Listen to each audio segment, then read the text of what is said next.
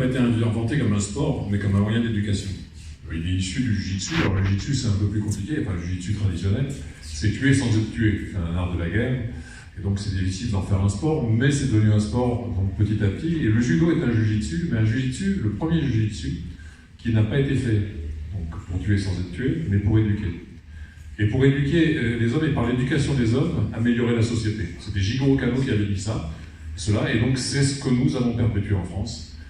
Plus particulièrement, c'est aussi une spécificité française. Bon, c'est vrai que c'est un peu moins dans certains pays, en particulier dans tous les pays d'Asie centrale qui ont plus une culture de lutte, mais c'est chez nous très très très fort.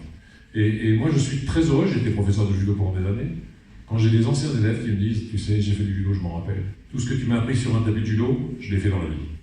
Et ça, c'est excessivement important, c'est la meilleure récompense que je peux avoir. Et pourquoi? Eh bien, simplement parce que tout ce que vous apprenez sur le tapis, ne pas faire mal à son adversaire parce qu'il faut le contrôler, essayer de le faire progresser. Si vous abîmez votre partenaire, vous avez le partenaire, donc il faut le protéger. Et vous apprenez ensemble. Donc c'est ensemble qu'on apprend. Et c'est vrai, le judo, ça fait aussi mal, c'est pas un sport facile.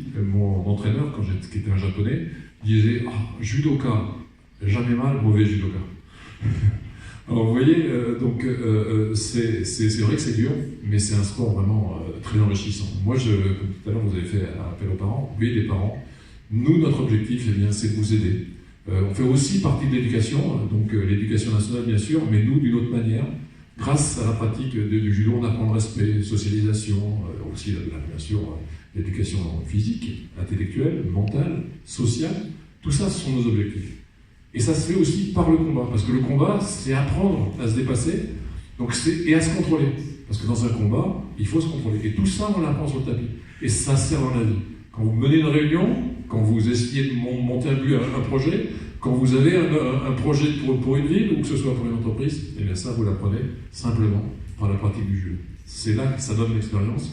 Vous êtes accrocheur, vous irez jusqu'au bout, ça ne marche pas tout de suite, on ne gagne pas tous les coups, mais on va gagner au bout. Et c'est ça ce qu'on essaie de vous apprendre. Alors, je voulais vous dire aussi que ce soir, il y a monsieur le représentant de la préfecture qui est là, on est en pleine réforme du sport français.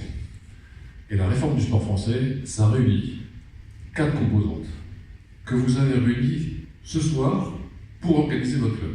C'est-à-dire, bien sûr, le monde associatif, dont vous avez très bien parlé avec tous les bénévoles, et donc qui représentent 10 milliards au niveau français, dans tous les sports français. Ça représente 10 milliards d'investissements si on les paye au SMIC. Bien sûr, il y a les bénévoles, il y a tout le monde associatif, mais aussi, il y a l'État qui aide, donc dans des objectifs, féminisation, lutte contre le handicap, dans énormément de choses, et bien sûr pour le haut niveau avec les Jeux Olympiques, etc. Mais il y a aussi les collectivités territoriales. 70% des budgets viennent des collectivités territoriales. Et c'est nous, tous les 4, qui créons l'agence qui va naître le 2 avril prochain. Et vous l'avez créé ici, donc félicitations un petit peu en avance. Mais c'est exactement l'image et la construction qu'on peut avoir. C'est le privé qui, bien sûr, se sert aussi du sport, mais on sert et inversement. Donc le sport aussi, il y a besoin des privés pour progresser, parce que les champions, il faut qu'il y ait un peu d'argent pour se préparer, et donc il faut les trouver. Bien sûr, les collectivités territoriales, donc on les aide. Donc nous aussi, donc dans le social, dans l'éducation, dans la cohésion, puis dans l'identité de la ville. C'est intéressant. Moi, je suis de Sartrouville et on a gagné. Et on a gagné tous ensemble. Donc voilà, tout ça c'est bien. Moi je crois, merci aux parents de me confier vos enfants. On essaiera de faire le maximum donc pour les amener au plus haut niveau possible, dans la vie et sur le tapis du coup. Merci beaucoup.